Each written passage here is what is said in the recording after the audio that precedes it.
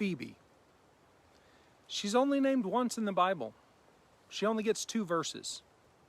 Phoebe would be easy to overlook, and that would be a mistake. Those 2 little verses tucked away at the end of Romans are enlightening and illuminating. Let's look at them. Romans 16, 1 and 2. I commend to you our sister Phoebe, who is a servant of the church which is at Cenchrea, that you receive her in the Lord in a manner worthy of the saints, and that you help her in whatever matter she may have need of you. For she herself has also been a helper of many, and of myself as well. So what do we learn about Phoebe? Well, for starters, she's a sister. Specifically, she is our sister, meaning not that Paul is her literal brother or that she has blood relatives in Rome. Rather, she's one of us, a member of our family, a member of Christ's body, our sister.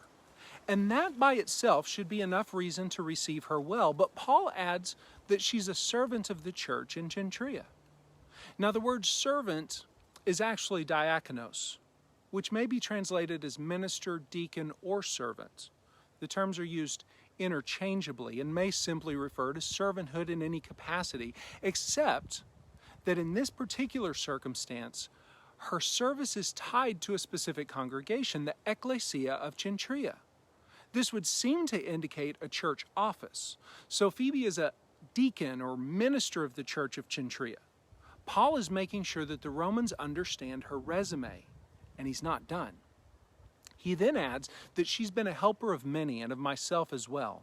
The word helper here in Greek is prostatis, which means benefactor, guardian, or patron.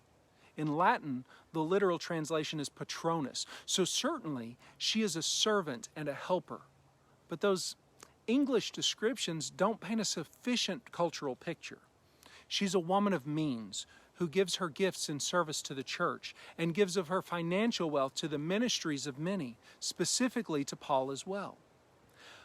But why all this resume building by Paul on behalf of Phoebe? Why is it so important for the believers in Rome to know about this particular benefactor and deacon?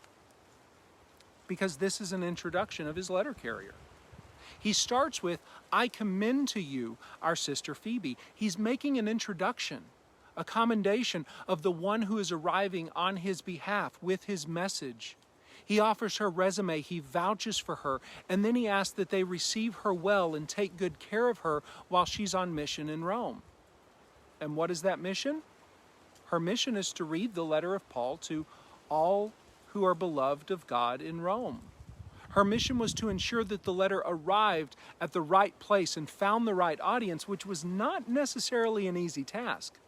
Not only was it a long and difficult journey to Rome from Cenchrea, which is just outside of Corinth, but the Church of Rome was probably a loosely connected group of house churches, at least some of which are mentioned later in chapter 16.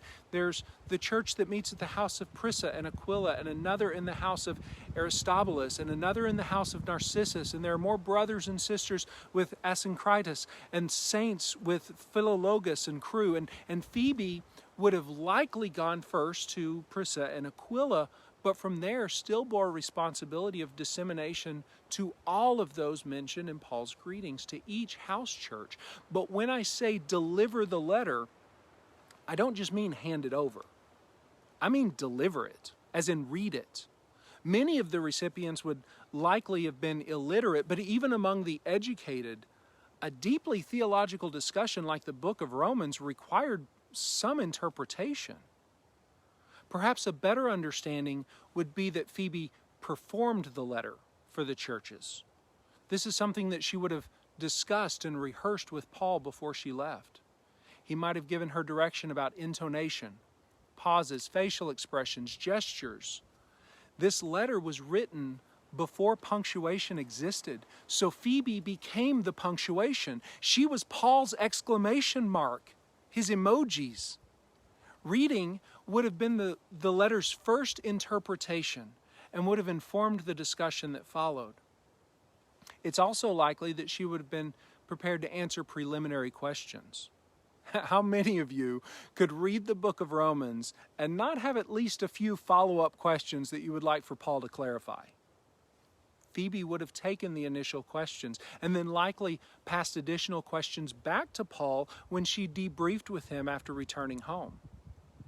J. David Miller states, that in the modern church, we have a title for a person who stands before a gathered congregation and with rhetorical skill delivers a prepared message based on Scripture.